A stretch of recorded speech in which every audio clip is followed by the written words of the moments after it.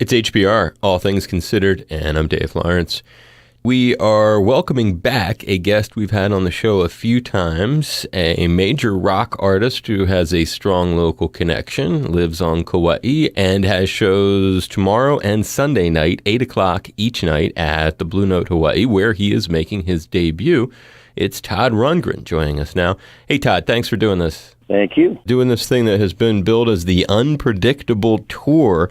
What is in store for fans? What can you predict? The way it works is we've got a list of about 80 songs that we can play from memory, and I give the band the first song, and then after that, I just start calling out tunes depending on my mood and the sense that I get from the audience of where they'd like to go, and 2 hours later, we're finished. Describe the band that you're toting along with you. My usual band of minstrels, it's Prairie Prince on drums, Chasm Sultan on the bass, Jesse Gress on guitar, and Greg Hawkes on keyboards. Some of those cats are the cats that you played alongside in when, and I don't know if a lot of people might remember when you briefly did the New Cars, right? Some of those names are familiar, certainly Greg. And yeah, we're like 4/5 of the New Cars. Right, exactly. As a matter of fact. The only one who isn't on stage is Elliot Easton. You still working the Ringo Starr's All-Star gig? Yeah, that's the last time that you were in Honolulu, right? Election night, 2016, that fabled evening. Yeah, the horror. Actually, that was pretty much near the end. Are you still working with Ringo? I'm no longer a regular All-Star. I was replaced by Colin Hay from Men at Work, and Richard Page was also replaced by somebody else.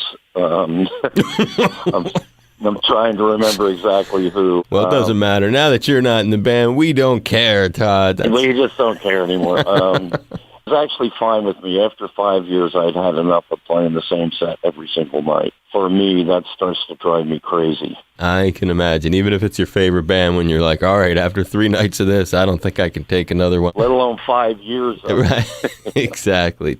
One time I talked to you when it was part of that tour, and you talked a little bit about how the Beatles connected to your youth. But in general, one thing we never got into was your very first band, the Nazz. The first gig, we just had John McLaughlin on, and he was talking about Mahavishnu's very first gig was opening for John Lee Hooker. And I'm looking at your thing. I know, right? That's pretty ballsy. Your first gig with Nazz, unless I'm reading it wrong, was opening for the Doors? Yeah, that was before we even got signed. The Doors were playing like Town Hall in Philadelphia. We were the hot local band, so we got to open up for them. I think we did all kinds of ridiculous things like throwing fruit into the audience, anything to get attention. And then the Doors came on. And I was kind of into the Doors, but I thought Jim Morrison was kind of weird, especially when he fell down dead on the stage and just laid there for like 5 minutes.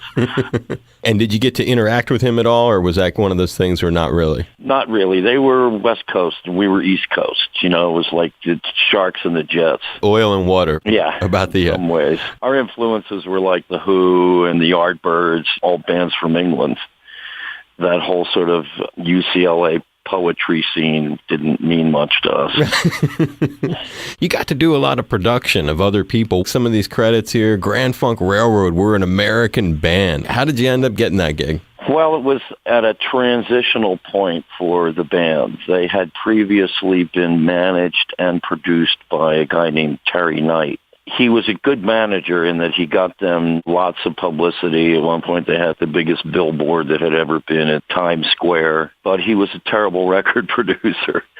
And so the band didn't get a lot of respect for their records, and they were looking to change that. So they had new management. Management knew that I was into production, and I was kind of hot at the time. So they put us together, and the end result was We're an American Band, which was a record that produced a top 10 single, right. And that's what the band wanted. So, and what made you hot? Like, what were some of the first ones you did, and how did you make that transition yourself of doing production instead of just making your own tunes? Well, when the Nazz broke up, I wasn't interested in repeating that. Never adapted to the politics of being in a band. I didn't have that sort of, exhibitionistic streak that makes you want to be a front man. So I decided I would get into record production instead. It allowed me to still be associated with the music, but I wouldn't have to deal with being in a band and going on the road and all that other stuff. So I guess the first big thing that I did was Stage Fright, after I had engineered the Jesse Winchester album for Bearsville, and that was produced by Robbie Robertson. And they liked what I did on that, so they asked me to run the board for Stage Fright. The band we're talking about. Yeah, the band. And the band were the biggest band in the world at that point, so that elevated my name right away. And I think the next important thing that happened after that was maybe Badfinger, and they had 2 hit singles off of it. As a result, everybody started to think of me as like this whiz kid who could solve all your problems.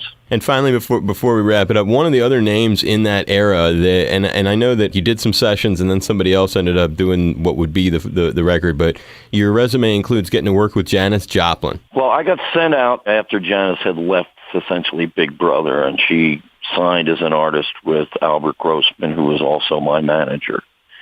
And so he decided to send me out to Marin County, where she was living, and try and supervise the process of putting a band together and selecting material for the first record. I had never sort of worked with an artist like Janis before. I mean, there are people who are apprehensive of the studio.